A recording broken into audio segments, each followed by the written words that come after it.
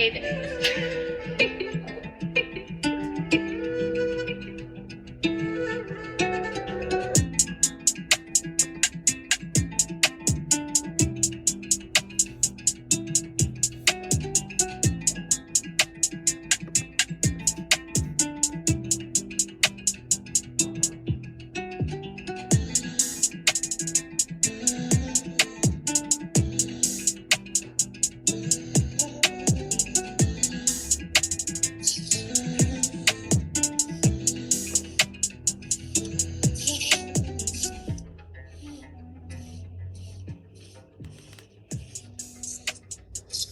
Welcome to another episode of the Rugby Scoop podcast. Guys, don't worry.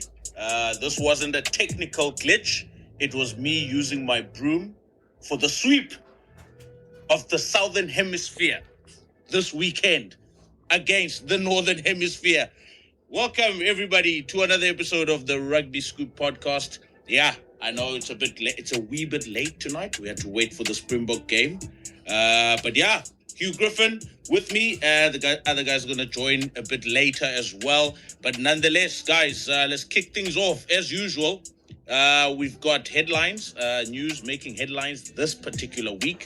So England Rugby Football Union has come out in full support of Steve Bothwick, despite England losing all 4 fixtures since the summer series. Lost 2 against the All Blacks in July. Lost against the All Blacks last week. Lost against Australia last night. But the Rugby Football Union in England has come in full support. Joseph Akuso Sauli impresses on debut.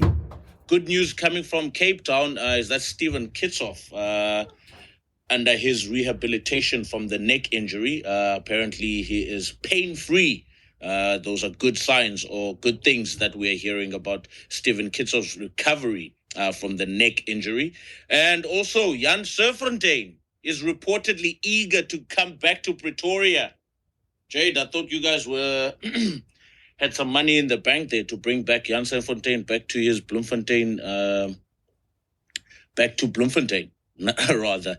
But nonetheless, we're gonna get Joseph Swahili in 2 years' time. You don't have the money. You don't have the money for JAS. Anyway, Springboks have moved back to number 1 spot following the All Blacks beating Ireland on Friday night, and obviously the Springboks winning this particular game against Scotland. Just to give you a rundown of how we're going to do things tonight, we're going to kick it off with the Springboks because that's the last game for this particular weekend, and then we'll revert back to the Irish and the All Blacks, and then England and Australia, and also touch on Fiji and Wales. Surprise. Anyway, kicking things off, Scotland versus the Springboks. A game that just finished right now. Hugh, any takeaways for you in this particular game? Key moments, where Scotland lost it, where the Springboks started turning on the screws and actually pulled off a victory.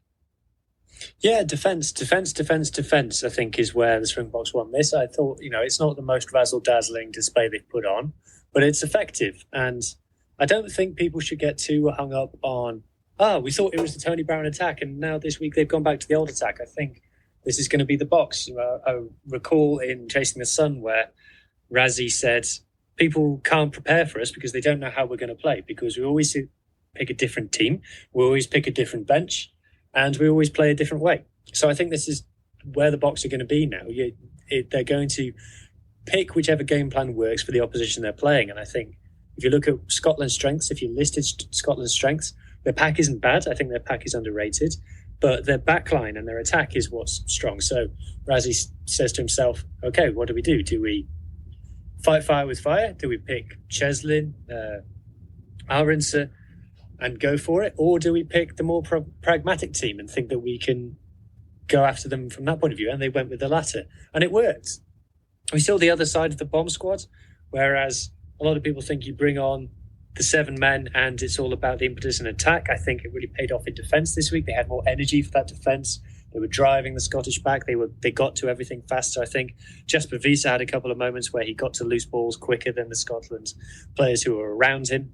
And I think that's the other side of it. It's a two-sided benefit that you get from that. So whilst not the most exciting attacking display from the Boks this week, I think brutally efficient and got the job done. And with the last try at the end, just showed that they're still the Springboks, and 0 tries conceded. That's real defence. No, fair. Well said there, Hugh. I also thought the brutality or the force or their usage of size and power in this particular game, I think that's what won it for the Springboks. And there were glimpses from a Scottish side of things in terms of attack.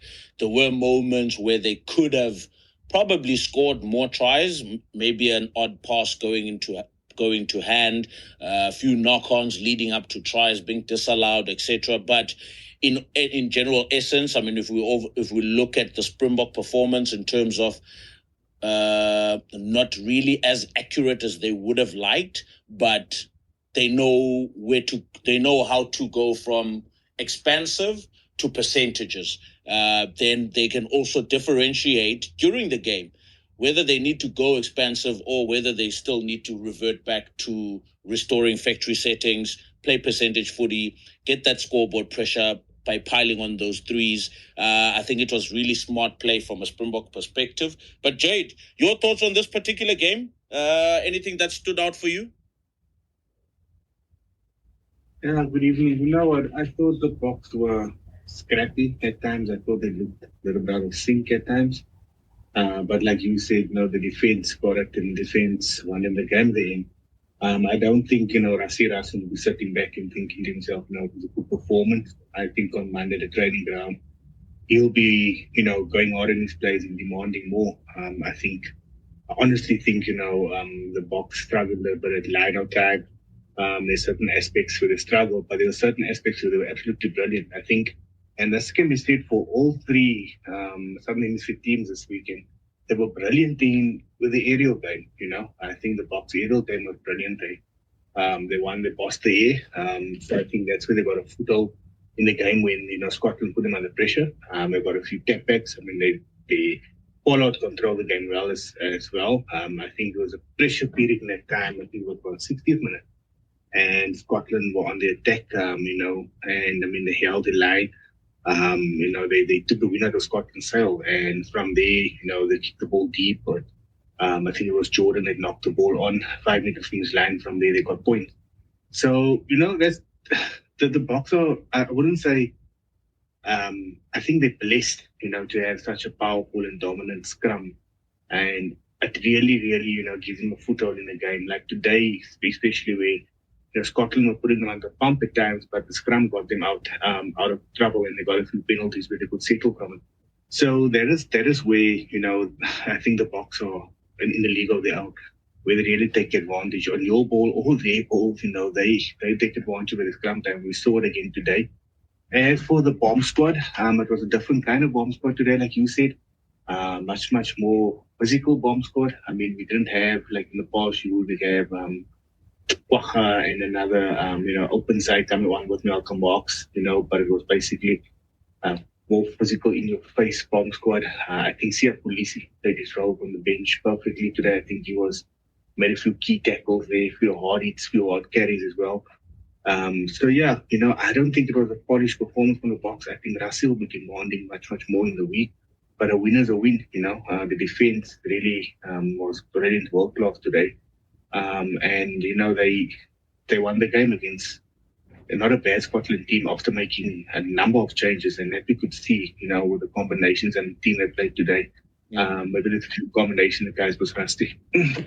Yeah, no, fair. Hugh, I mean, your thoughts on the halfbacks from today's game? I mean, the Scottish guy, I think it's White, if I'm not mistaken, and then looking at Hendrickse, they really couldn't get going, both of them. Whether it would be getting the balls off the deck from the breakdown, Hendrik said couldn't get the guys going either, but as soon as Grant Williams came on, there was a bit of fluidity within the Boks attack and Boks carries in that sense. But I mean, what do you make of what you saw today regarding the halfbacks? Yeah, I thought it was such a battle at the breakdown, and there's so much pressure being put on by both sides. It made it difficult for the halfbacks. I think Grant Williams, we've spoke about on this pod, we called Grant Williams the player, well, the best scrum half of the Rugby Championship, even though he didn't really start. And I think that's kind of still the case, but he's working so well off the bench. Why change it, With Ben White, it was a surprise to me that he got the start. He's playing out in Toulon, and he's not been getting game time out in Toulon. He only got picked to start away in Toulouse the other week, and Toulon got absolutely smashed. Toulon not playing very well at the moment, it has to be said. So I think that maybe speaks to a bit of a struggle that Scotland are having at 9 at the moment. You could argue that Horn is their best 9 and he's not fit. You've got Dobie can play there, but he's also been playing on the wing. So a difficult position for Scotland. With South Africa, it's just becoming a recurring trend now that the starting scrum half, everyone says, their service from the base isn't that great. And then the guy comes on and replaces them. And everyone goes, he's good. And then next week, the other guy starts and go, his service from the base isn't that good. And then someone else replaces him. I think that's just the curse of the starting scrum half, honestly. So I wouldn't worry from a South Africa point of view.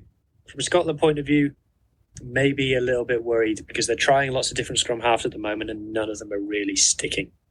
Yeah, fair enough. Jade, there's this one particular player from Scotland. I keep hammering on this, and I'm going to keep hammering on it again. He's a brilliant player when it comes to club rugby, club football. He's now playing for Bath as a first 5'8", but every single time he has to play for Scotland, I think it's my English is going to be quite bad, but especially against the Boks, where everyone, or myself included, expects him to deliver. The Springboks were one man short for a 10-minute period with the backline, which means that Scotland backs have one man over, right? But Finn Russell couldn't get that backline going or couldn't get that backline using the advantage of an extra man.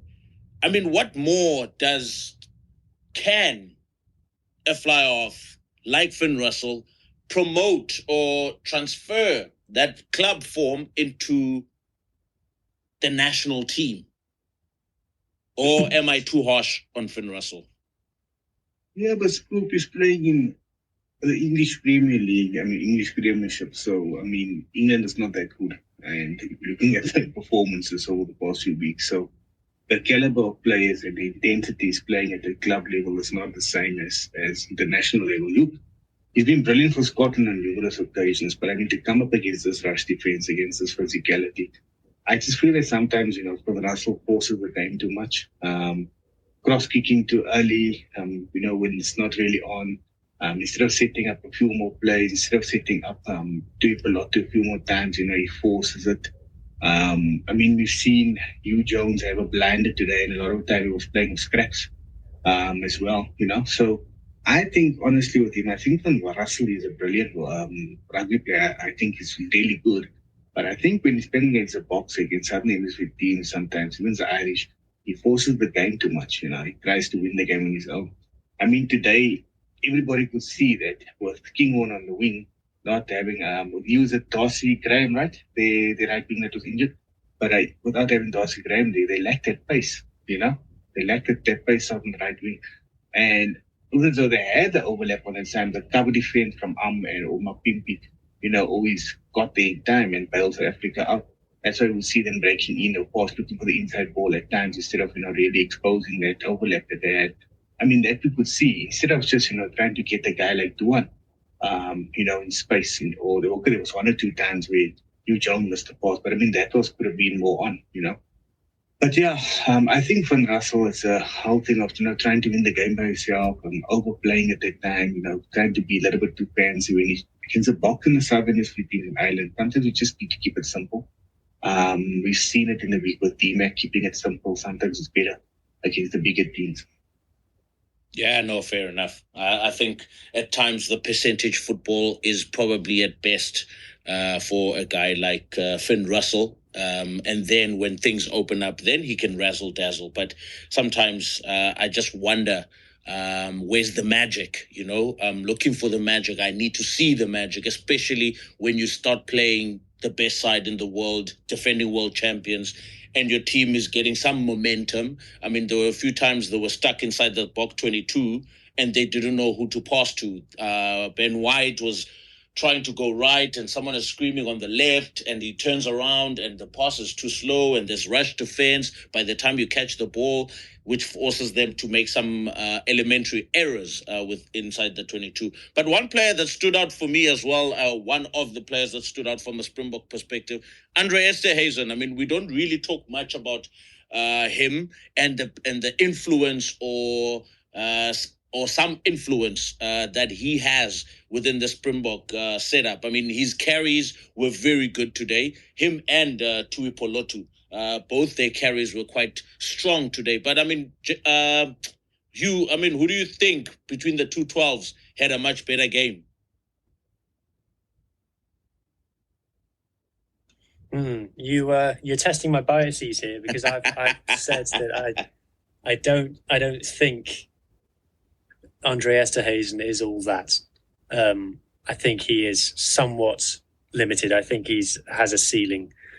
Tuipulotu, I think, probably had the better game. I think he showed more moments of skill. I feel like both him and Hugh Jones and also Blair Kinghorn at times were trying to work miracles and score the best try ever. Now, to be fair to them, against that Springboks defence, that's kind of what was needed. They needed something magic.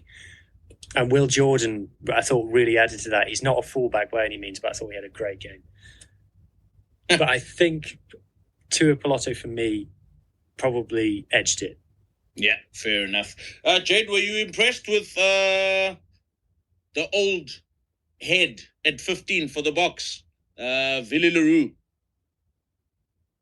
Yeah, he was okay. He was decent. And then the up and down he kicked from his 22 when he should have just cleared it there and I got away. He got out of jail with that. But I mean, there's a few times when, a few touches there, that through kick or through ball that you put through, to kick through it, you put through for Mapimpi, when Mapimpi wasn't even up wide, that's just what Waleza brings. I think South Africa, although they will replace him with a more than capable and maybe even a better fullback and then he means Fassi, and Damien Willemse, but I think the Africans will slowly miss Waleza for moments like that, he shows moments of brilliance and then he just loses his head at times as well, but that's Waleza. I think he had a decent game, a decent showing ball that one or two errors. He was good. I mean, he was very creative. Every time he touched the ball, something happened, whether it was good or bad. But yeah, I think Wally, if this is his one from tour, you'll be happy with that performance. Yeah, fair enough. I mean, still continuing with that conversation, I think Rassie was quite smart in selecting a guy like Willie, who's been there, he's done it, especially playing at Murrayfield. I mean, do you think a guy like Fassi how would he have handled the pressure of, a loud and crazy Murrayfield with, I think there was a time where the game was a 4-point game in it or 6-point game in it, and Scotland were looking to kind of, to put the Boks under pressure at one point. And I think Rasmus selecting a guy like Willie Leroux for this particular game, and also Rassie posting on the socials about the experience, about the average age. Just to let everyone know that, hey, guys, Scotland aren't as bad as everyone thinks. We're almost on par in terms of average age, experience, etc. So don't take them too lightly. But do you think not selecting a guy like Fassi for this particular game is a smart way of saying, I don't want to put pressure on Fassi in games like this, so that he can just build on his confidence when he selects him for games like against either like a Fiji or a Wales, etc.? Man, I think Fassi is incompetent number one at the moment. I think if you're going to start against the All Blacks at Ellis Park, and if you're going to back him in a must-win game in the championship against Argentina, I think he's the number one fullback. I mean, Damien Willems is out as well. So I really think the back three, he tried a new back three today, and Cheslin and Curtly didn't play, but I think Vassis is number one, and it was just giving Willie, another game to kick down to not to the 100. But I really think, not for them to look so deep into it. I think, Vassis is number one, and wasn't protecting him or anything. He will play. He can play in any circumstances. The kid is cool. Yeah, fair enough. Anyway, moving along to the next conversation. I think we've touched on many points regarding the Scotland and Springbok game. But moving on to the All Blacks versus Ireland, Jade, on Friday. There was plenty of talk leading up to this particular test match. The All Blacks didn't have a long turnaround. It was a short turnaround from Saturday to Friday test match. A lot of things obviously being spoken about off the field, things about Johnny Sexton, Rico Ioane, and a lot of pundits from an Irish perspective talking about the All Blacks being scared of the Irish team, But yeah, from your perspective, what are your thoughts regarding the victory, first of all, and obviously what are the main takeaways for you in this particular game? Okay, before the All Blacks went on tour, and it was a really tough tour for them to go on England at Twickenham and then playing Ireland after 6 days turnaround and then going to France. So I really only expected them to, 1 or 2 games at most out of those 3. I don't expect them to win all 3. I still don't expect them to win all 3. But if you're looking at the performance, I expected Ireland to be much better. But the All Blacks were good. They did their basics well. And they stuck to the game plan. They grinded. Irish, they made sure they hit their rucks. They got their post-contact meters. How many times did we say that? We can look at it as Australia as well against England. Not winning the collisions. That's where they lost the game. But the All Blacks won the collisions. They put Ireland under pressure. Ireland started. They got out of the rhythm, got out of sync. Jamison Gibson Park. I think he played maybe 10 minutes too late. Too long in that game, I think he was tired. They won the aerial battle, like I said. The guys like Clark, Talia, Will Jordan were absolutely brilliant at the back. They read the defense and they read Ireland as well. The few kicks that Ireland put through, where you can actually see, if you rewatch the game, you see what Jordy and Rico hit immediately from Jamison Gibson Park, and they indicate to the back the kick is coming, and then it comes through. You see Hansen and James Lowe going for the up and under. So I really think All Blacks, they were well prepared. They played their game plan well, and although it wasn't the vintage All Black rugby, they grinded out the result. And if you look at the performance they had against South Africa, 2 tests, South Africa were at their best, and the All Blacks lost, but South Africa won. And you look against Ireland weren't at their best. So maybe this is what Reyes is trying to do. Maybe he's trying to grind and draft results and get a basis to work from. And then you'll start to see, more additions onto his game, more add-on. I think, it's coming of age for guys like David McKenzie. I think he was absolutely brilliant on the night. Cam Roygaard, when he came from the bench, how good was he? Proving, the song that we've been singing, the drum that we've been beating on that. This guy's world class. He was actually a game changer. He made that into a lot. So I think, if you're looking at it the way where the All Blacks started, were the problems that they had at the Rugby Championship, where everybody said in the last 20 minutes they're throwing games away. Now they're winning games in the last 20 minutes because the guys coming off from the bench is making a difference. Ofatuanga, Fasi, Tosi, from War played almost whole game, but Peritu Pelotu, Cam Roygaard. Those guys came in and made massive impact, and that's what the Boks has been doing all the years, with the bomb squad. So that's actually encouraging for Razor. He's actually seeing the roles that different players have in this team now. So for me, I hate it every time a team beats the All Blacks. People say, the All Blacks is not what they used to be. But now it looks like the trend, especially with the Northern Hemisphere, when the All Blacks beat another team, they expected to lose against. There's always this talk of, but the team weren't at the best on the day. So I think we just need to give it, although Ireland look bad, you need to give the All Blacks some credit here because they really gritted out and grinded out this game. Yeah, that's going to be my next question. It was for you anyway, regarding the Irish team not having played like everyone else. Let's say, for example, they didn't get a test match last week, etc. I mean, the Boks didn't get a test match last week either. Scotland had a test match last week, and the Boks, although rusty, still could manage and grind out a win. I mean, the Irish team themselves, they've been together for some time now, and if they were good on the day, or if they were as good as everyone claims them to be, they would be able to do what the Springboks did to Scotland today, for example. But Hugh, from your perspective, I saw somebody writing something along the lines of, did URC or is URC preparing the Northern Hemisphere teams adequately when it comes to the autumn series, for example? But looking at the Irish performance, what do you make of it? And obviously, is the influence of preparation a relevant one when it comes to URC prep into the autumn series? Yeah, everyone's always looking to blame something, aren't they? No, I don't think that URC comment has any bearing at all. I don't think the Super Rugby definitely doesn't prepare teams, players for international test footy, so I don't think that's an excuse. As a general rule, I think that the fixtures, the way that the rugby calendar works, benefits New Zealand and Australia particularly far more than every other team. It used to benefit South Africa. They're no longer in Super Rugby, but the fact that they play all their club rugby in one hit, and then they play 13, 14, 15 test matches back to back to back at the end of the year, that is a huge benefit to the likes of the All Blacks and Australia. I don't think that there's much of the cohesion or rustiness argument for Ireland, to be honest, because so much of the team is Leinster-based. So they've all been playing and training with each other anyway.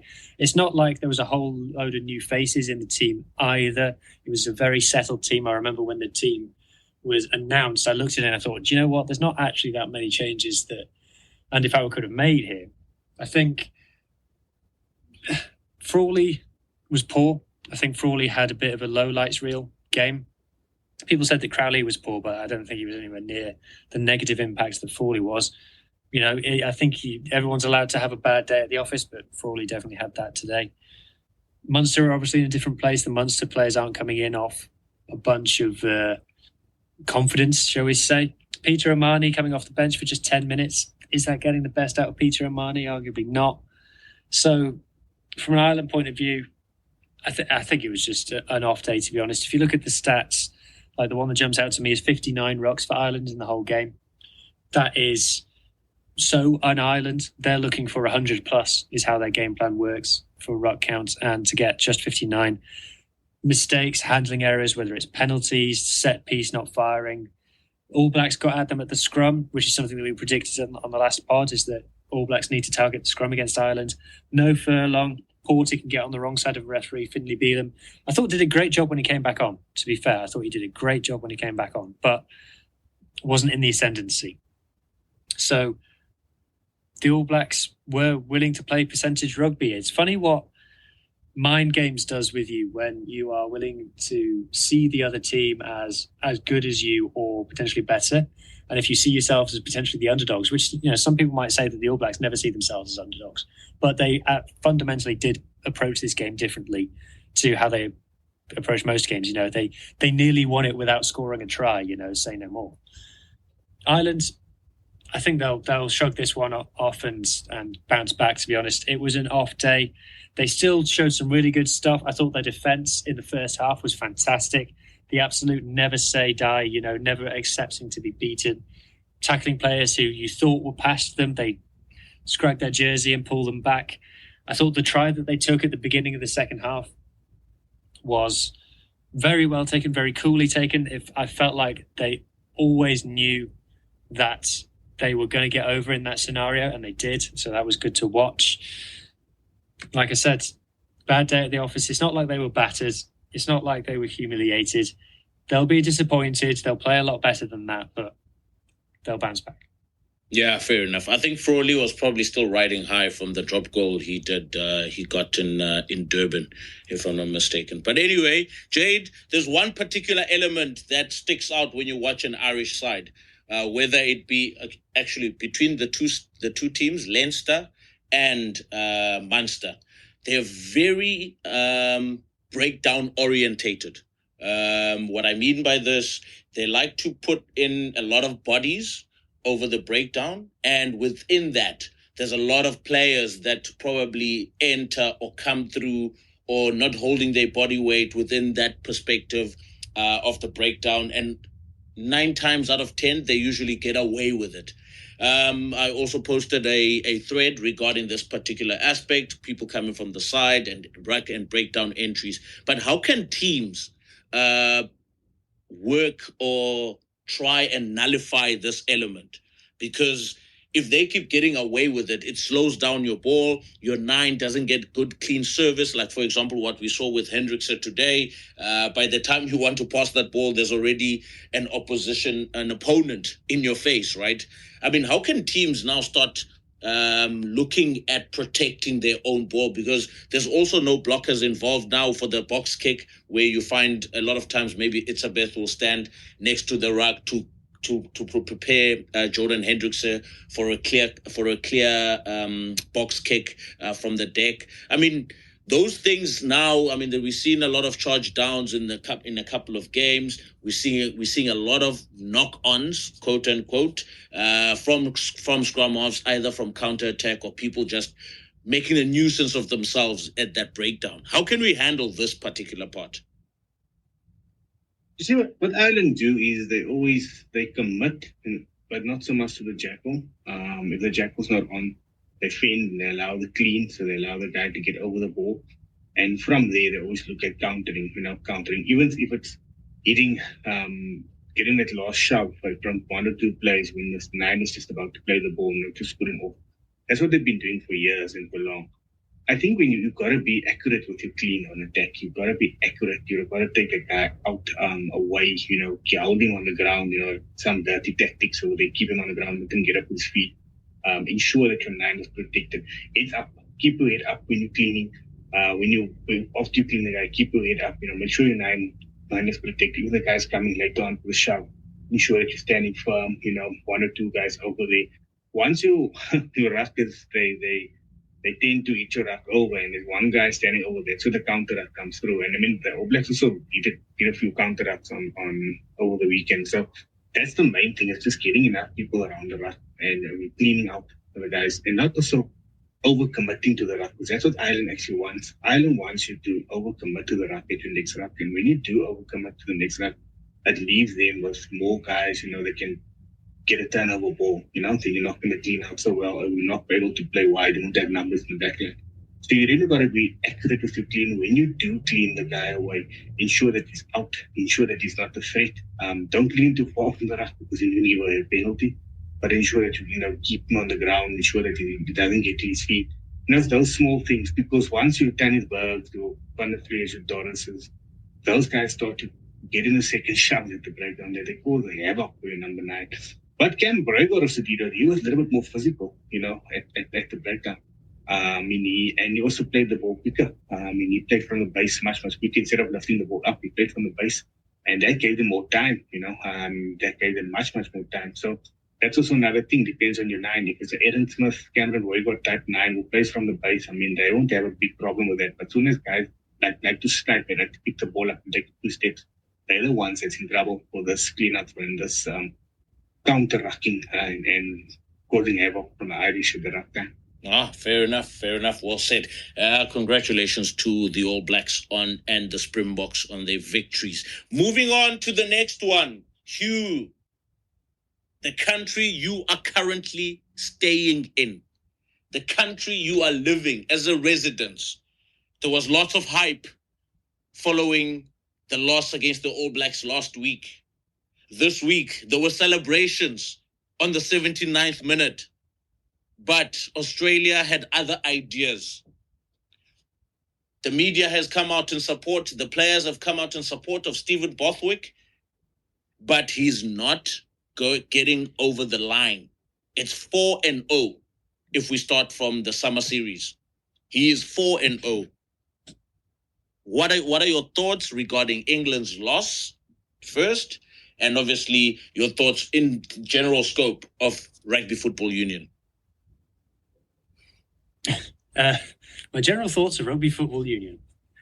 The best defence in the world, guys. This is the best defence in the world we're talking about. Just because they conceded 5 tries, we just don't understand. That's our problem. We just don't understand how genius and aggressive and impressive this defence is from England. Just because it's conceding tries and it's conceding at least 2 tries, averaging 3 tries per game that it's conceded, doesn't mean that it's a bad defence, obviously. I mean, just shooting out of the line willy-nilly, letting players run around them, a few basic offloads. Some of these Australian players executed their offloads well. The way that the English media are reacting, you'd think they'd never seen an offload before in their lives. It's completely blown their minds that players are able to take contact and get their arm free and offload the ball and put a player into space. They've never seen it before. They don't understand it. 5 tries at home, record defeat to record points conceded against Australia, to go with their record points conceded against Ireland, to go with their record points conceded against France. It's not a one-off. It's not a bad day in the office. This is England. This is who they are. Last week I was talking about their attack. They scored 5 tries. You don't get to boast about scoring 5 tries if you concede 5 and still lose. That's just the rules. That's how it works.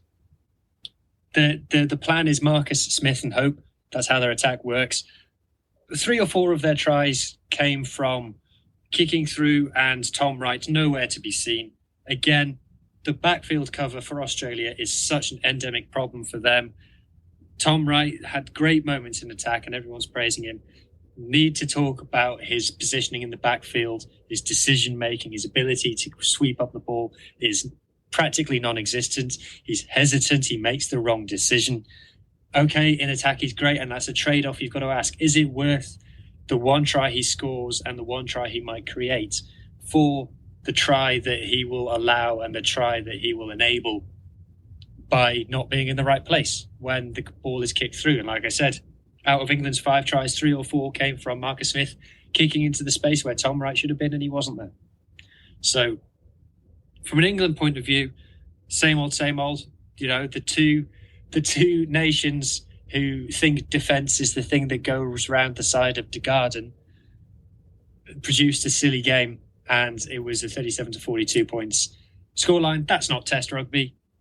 The English Premiership defence in that league is atrocious, and the Super Rugby Australian teams, their defence is atrocious as well. And we had a game between the two where the scoreline got silly. Kel Surprise, what is Borthwick trying to do on attack? Couldn't tell you. Ollie Lawrence, everyone says that Ollie Lawrence is a contender for the Lions tour. Tell me something he's done. Tell me something Ollie Lawrence has done in an England jersey. I couldn't tell you anything. Australia, have they gotten better? Yes, absolutely. Schmidt allowed them to offload, which is progress. Normally, Schmidt is very down on offloading because he likes to be in control, and offloading is allowing control to slip away. But Australia did it very well. I'll let you guys talk about the league convert who was playing 13 for them, who had a great game. But basics, basics. The tries were all right. They weren't amazing from either team. And it was just easy for both to score. If that game had gone on for another 10 minutes, both teams would have gotten into the 40s or the 50s. It was that kind of game. But now the English press, I've seen some people writing, do they need to abandon this blitzer defence that they copied from the Springboks? Maybe. It's not working, is all I can tell you, conceding 3 tries a game. So that's not good defence in my book. Oof. That is the Hugh Griffin rant for the England versus Australia game. But Jade, one thing that sticks out for me, for this past, this past year, looking at the English football team, or English rugby team rather, from the World Cup, they were close, but not close enough, right? Get knocked out on the semi-final. Everyone has hope going into 2024. But then they come into 2024, they don't produce results, but they beat Ireland, and everyone goes, wow, this English side is amazing. And then there's confidence coming into New Zealand. Everyone expects England to win, And yeah, they come up short. I mean, it's close games, 2 games back to back, but then they come back to England. Premiership starts. Now autumn series, expected to win at Twickenham because the games in New Zealand were close enough, but they can't get over the line. There's so much that has happened behind the scenes, chopping and changing, coaches, assistant staff, right, in personnel. Borthwick doesn't have his own identity as a rugby coach or his own philosophy. He's decided to take what the Springboks have done. He's taken the Springboks template and is trying to implement it within this English side. Looking at what he used to do at Leicester as well, it was kind of similar, but not exactly accurate to what the Boks have done. But this English side, in terms of identity crisis, I mean, what do you make of this English team, Jade? If you look at this team, when you look at who they have there, and I mean, let's just stop thinking about that. We're talking about England here. Let's mention guys. You have Marcus Smith, Fiver also, Ollie Lawrence, so they had a bad game. Then you have Burbank and Freeman. Also very, very exciting backline players, you know. Then you have up front, you have Itoji, Martin, who's the machine, Cunningham South, Earl, Tom Curry, you know, those are exciting forwards as well. You know, big, hard, but I mean, they good with ball in hand, you know, they explosive. So it gains as well with his carrying as well. So you're looking at the team and the players that he has an exciting team. He doesn't have a bad team to choose from. You look at the under-20s coming through as well. You know, there's quite a few good guys coming through that ranks there as well. But then you look at what he's Borthwick himself as a coach. It's like these players does not suit his coaching philosophy, his game plan. Now he's trying to adjust the game plan to suit these players. I think for English rugby, they need to get a coach that will complement these exciting players instead of getting, you know, Borthwick in there that I don't think he has the personality or with his philosophy, you know, to have these exciting brand of rugby players to go out and razzle-dazzle and, you know, score 5 or 6 tries in games. That's so unlike Borthwick. Well, I said last week, you know, I would like to see a guy like maybe Mike Cat, you know, in there, or if Borthwick does get sacked. Scumming Flout mentioned something to me yesterday. What about giving the job to Leon McDonald? You know, maybe he can do something with this team, because I really think that, you know, this players will suit what he's used to, and I mean what his coaching style. But yeah, for me, the biggest problem with England is I don't think they coach suit the players that they do have. I mean, if you look at Marcus Smith, he's devastating. Whether you like his personality or not, he's devastating. Ollie Lawrence, the first 10 minutes or so, he had the ball 3 or 4 times and he made yards, he made meters. So that's the kind of play he is. But then you're looking who's next to him. You're looking Slade.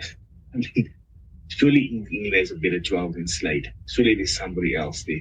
We're looking at the scrum off, not the best scrum off. He doesn't complement this guy, this team. Okay, Alex Mitchell is injured.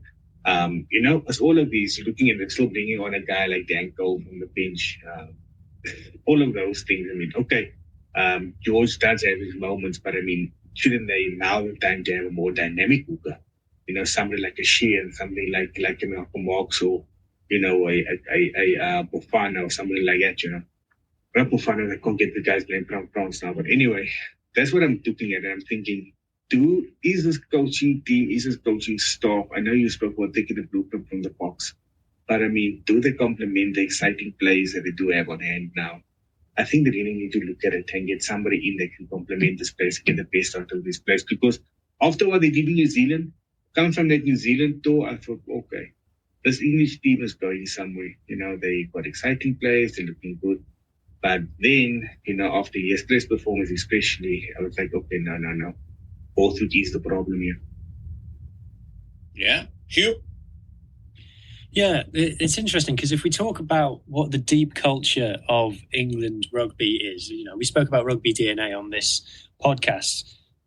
We would say that England's culture is South Africa, but less good, basically, is what England's culture is. And it's all about the pack. You know, you think of players like Martin Johnson and Lawrence Dallaglio are kind of the players that are synonymous with a controlling 10, an Owen Farrell style 10, Johnny Wilkinson style 10. Not necessarily a runner, but a game controller, a general. But as Jade said, the players that are coming through don't conform to that DNA. And if you look at the English Premiership, almost no teams in the Premiership play like that. If you look at Bristol, you look at Gloucester, you look at Bath, they don't play that kind of rugby anymore. So you've got a disconnect between the national rugby identity and what the players are actually playing. And that doesn't even go into the issue of, in the English Premiership, half the players aren't English anyway. I think Charlie Morgan did a really interesting piece where he said on a given English Premiership weekend, only 2 of the starting 10 inside centres are English. All the rest are foreign imports. So they've got that issue. They've got a misalignment on their pathways. This is what they've chosen to do. This is how England runs its rugby. It has private ownership of its club system, and they are separate entities, and they are not obligated to work in parallel with the national team, which means that there's now a disconnect, like I said, between the national team and what the players coming through are playing. And then you could go off on a tangent here and talk about the issues they've got bringing the under-20s through. England, historically, always one of the worst nations in bringing their under-20s internationals through to be full senior internationals. They just get lost in the system. They end up playing squad player roles in the Premiership.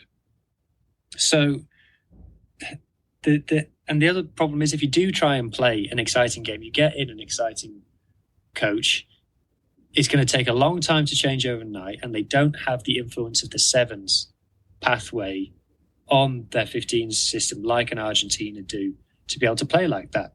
So it's difficult. So they are kind of stuck between this clash of identities within English rugby, and I almost think that it's probably worth doubling down on the pragmatic style of playing and trying to get the English Premiership to conform, because the English Premiership is, in my opinion, of all the leagues, the furthest from international rugby. So I don't think just bending to that league is going to help England, really. Yeah, Jade? Yeah, no, you spoke about it now, and I mean, I just wanted to ask you this. I mean, you look at France with Toulouse, and obviously they are the major team there, and in large bulk, the large chunk of the French team comes from the, or maybe a few of the Bordeaux guys and La Rochelle guys. But I mean, you look at Leinster as well with Ireland, the Glasgow as well with Scotland. I mean, I'm not going to go so down south because they do this split. But I mean, England always, when they were winning Six Nations and making World Cup finals, they had this big Saracens input, in the team. And when I look at the squad now, I mean, there's quite a mixed variety of players. There's a few Olympians guys in, there's a few Bath guys in, there's a few Series guys in, North End guys in. So do you think that, like you mentioned, that also plays a big role? Because, I mean, there's so much different coaching philosophies at those clubs. And when they come into England now, they're not all talking into one mouth, Do you think maybe that's also a big thing with England, where they're not all working under one umbrella? There's so much different philosophies where these players are coming from. 100%. It's a great point. The mix of players that they have in that starting 15 is quite varied in terms of where their club comes from. And if you look at France is a great example of the Toulouse influence in there of their best team, and then they have UBB, Bordeaux are the other influence they have. And then it's very rare that you get many players not a part of that. La Rochelle, double champions of Europe, only ever really have 2 or 3 in the French team.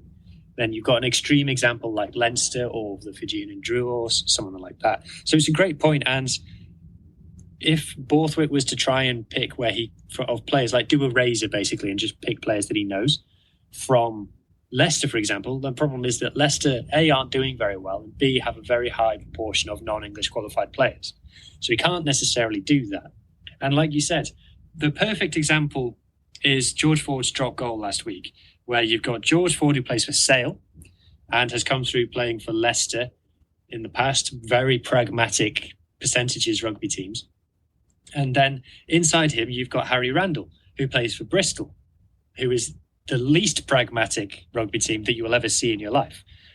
So when the scrum came under pressure from the All Blacks, those two players reacted in different ways. I don't believe they played together much, if at all, before then. So under pressure, they behaved differently. And that's the lack of cohesion. So it probably is better, as you say, Jay, to go back to that kind of Saracens style where most players are coming from the same club, because that Saracens spine is now dissipated a bit. You've still got Jamie George, Itoje, Ben Earl in there, but then you've got Spencer, who's from Bath. You've got Marcus Smith, who's from Quins. Then you've got Slade from Exeter. Who's the other guy? Lawrence from Bath. And then you've got a fullback from Northampton, I believe. So it is a bit of a mess. The cohesion is a bit all over the place. Now, Borthwick is trying to be consistent with his selections, but we've seen from Borthwick that his squad management is quite poor and that players can be out and then in and starting at the drop of a hat. So I think this is something that, as a coach, Steve Borthwick is struggling with, is getting the cohesion and nailing down his selection and knowing what he wants from his team. Yeah, well said, gents. Well put there, Jade.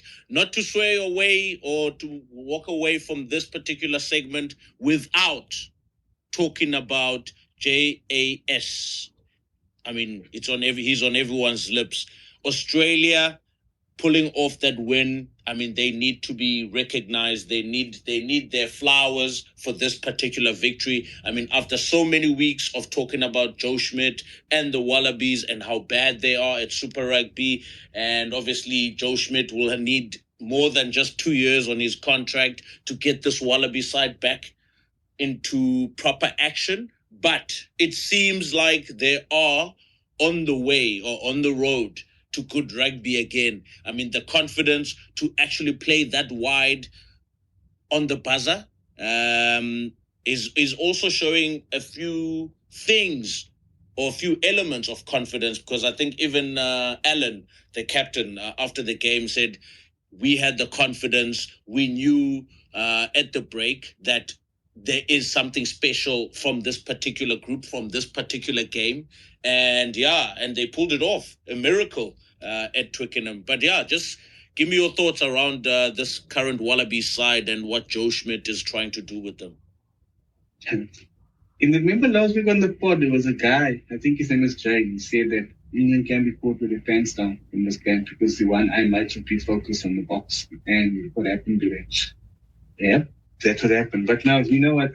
Joseph Swahili, I mean, I've seen a few games of the State of the Origin and a few games we played in the league or so when I do watch league. He's been blockbuster. And I spoke about him last year when Eddie Jones, or the year before when Eddie Jones confirmed that, he's joining. I was excited to see this guy play. I didn't expect him to transition like that into Union. I think the plan from Joe Smith was always to play him, but off the wing, and I think he was forced to play him at 12 with Hunter Paisami, or at centre with Hunter Paisami's injury. He had no other choice but to play, at centre, because he was very thin on centres. So I think he came in and slotted in well. I think there's a few mistakes he did make on defence here or there, but obviously it is expected. And Scoop, I mean, I was watching that game and watching his performance and thinking, what could have been with Roger Tuivasa sick at the Blues. But anyway, it's a story for another day. But I was really impressed with him. He's a phenomenal athlete. He's like your Sonny Bill Williams, it's like your Israel Palaus. He's an athlete, an absolute freak. I mean, the explosive power he gets when he chases high balls. I mean, the one offload tip on he did after chasing a cross kick, it was up and under. Absolute brilliance from the guy. I mean, that's somebody that, Australia needs with their rugby. You need kids to be, I want to play Union, I want to be the next Jonathan Swahili, There wasn't really a guy that, I mean, they had, in the past, you had your Gregans and Larkins and your Timmy Horrons, all of those guys, and then after that, you had your Israel Falaus and your Merkitos, but there's nobody, you don't get Australian kids going around and say, I want to be a Callaway or I want to be a Tom Wright, for example. This guy is blockbuster. I mean, another solid 9 out of 10 performance from Rob Valentini yesterday. How good has this guy been this year? Every game, week in, week out, regardless of the score, whether it's for the Brumbies, whether it's for Australia, whether they're down by 30, 40 points, this guy puts up his hands, he drives, he throws. I mean, he's playing out of position. He's over uitvind in the number 6. But I mean, Gary Wilson's leadership has really turned this team a little bit around. So I think, that's been a positive move from Schmidt.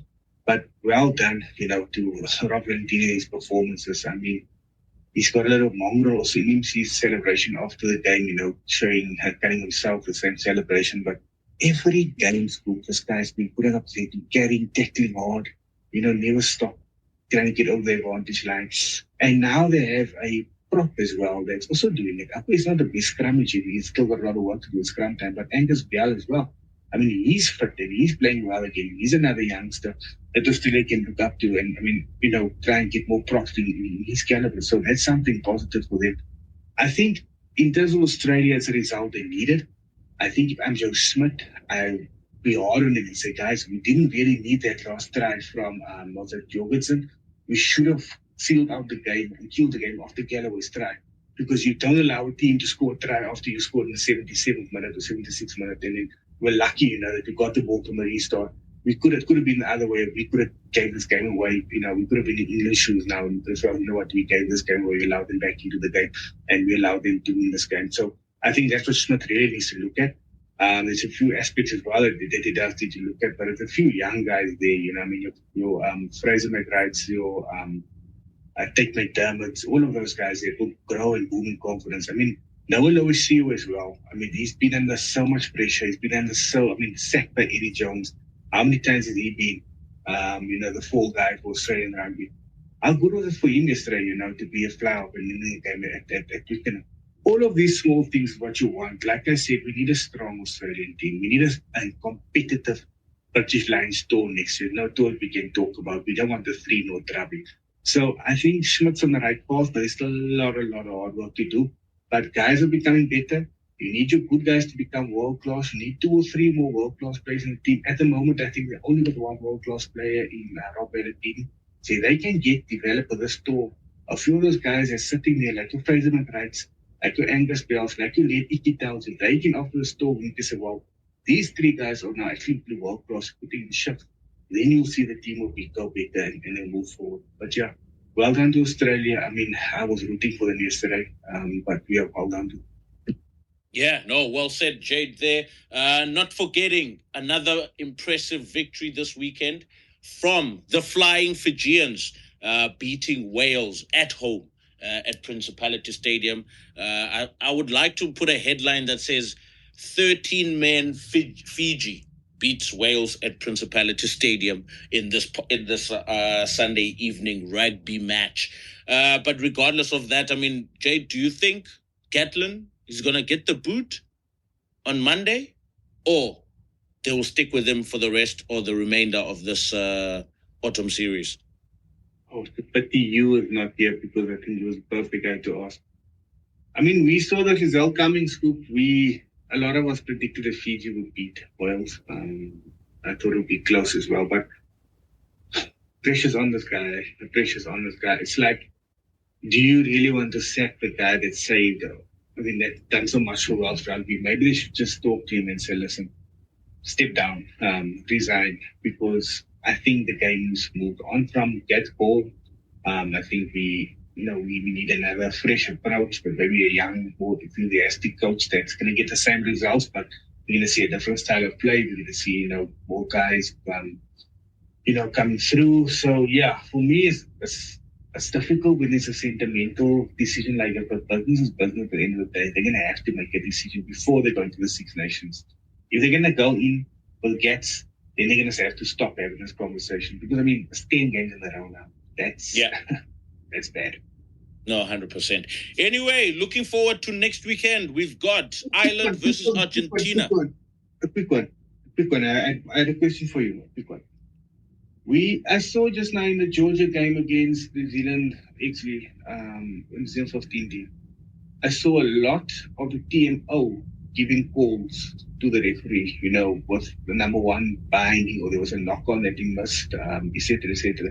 Is this something that they do with contenders, referees coming on, taking the guys that's, how could I say, wouldn't say out-test officials, maybe a guy that's playing his first game at this level? Do you have something shadow? Is there something that they try where the TMO, gets into the referee's ear? No, it's trials with regards to comms and communication between the referee in the middle. And obviously, because I heard Amy Barrett quite a lot as well from the touchline.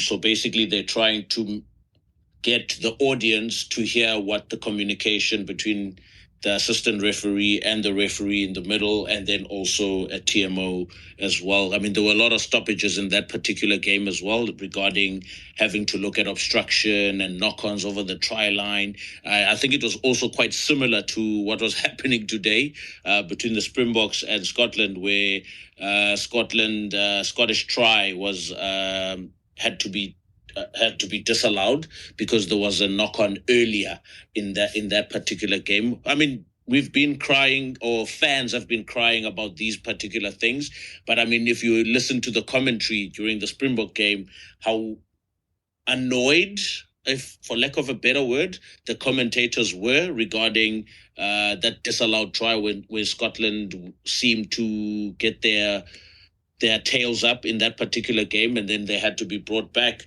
And one of the commentators was like, "Oh, come on, Christopher," And yeah, I mean, if we're gonna complain a lot about things being missed, but then when the officials try and get things do things accordingly and try and not miss a lot of things on the field, I mean, we should just welcome this with open arms in this case, because then we remove a lot of uncertainty in a lot of uncertain areas within the rugby game itself.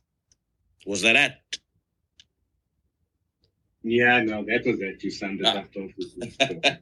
All right, let's move on to the predictions, Jade, for next week. I've got Ireland and Argentina on Friday. I think Ireland will bounce back.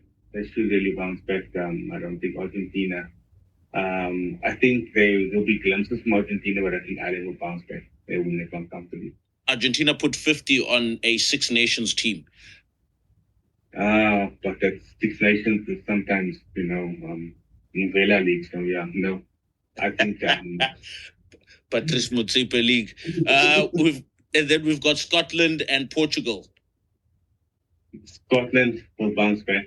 Scotland by 4. Yeah, I think Scotland. I don't think Portugal. And then we've got 2 headliners on Saturday. First one, England, South Africa. After the Boks performance today and the scrappy performance today, I see the Boks being much better next week. And England won't have an answer for that. If the Boks had a flawless performance today, and Rusty was really happy with their performance and stuff, they could be, and they could be caught, like I said, with their pants down and be a little bit complacent. But I think the Boks won't be happy with their performance today, and I think they're going to come out hard next week and smash England at 2. And then the big one, Ooh. Actually, the France versus New Zealand. I don't. France has had New Zealand's number a few times. I don't know. You haven't beaten them this decade, huh? Or this side of the decade? Yeah, this side of the decade, yeah. No, true. It's been, it's 2-0 now. So it's a big one. I think if New Zealand win this one, then you can really say, okay, the order, at least the All Black order is coming back. But it's going to be tough. So you need... I think France will just edge it. I think France will just edge it. I think the game they had this weekend against Japan will help them. There'll be a little bit, there'll be some continuity. But yeah, it's going to be a good game. Oh, okay. And then Australia-Wales on Sunday again. Oh, my goodness, these kickoffs. Australia will be comfortably against Wales. Oh, this is a good confidence booster for Australia, I guess, to get 2-0 back-to-back wins away from home.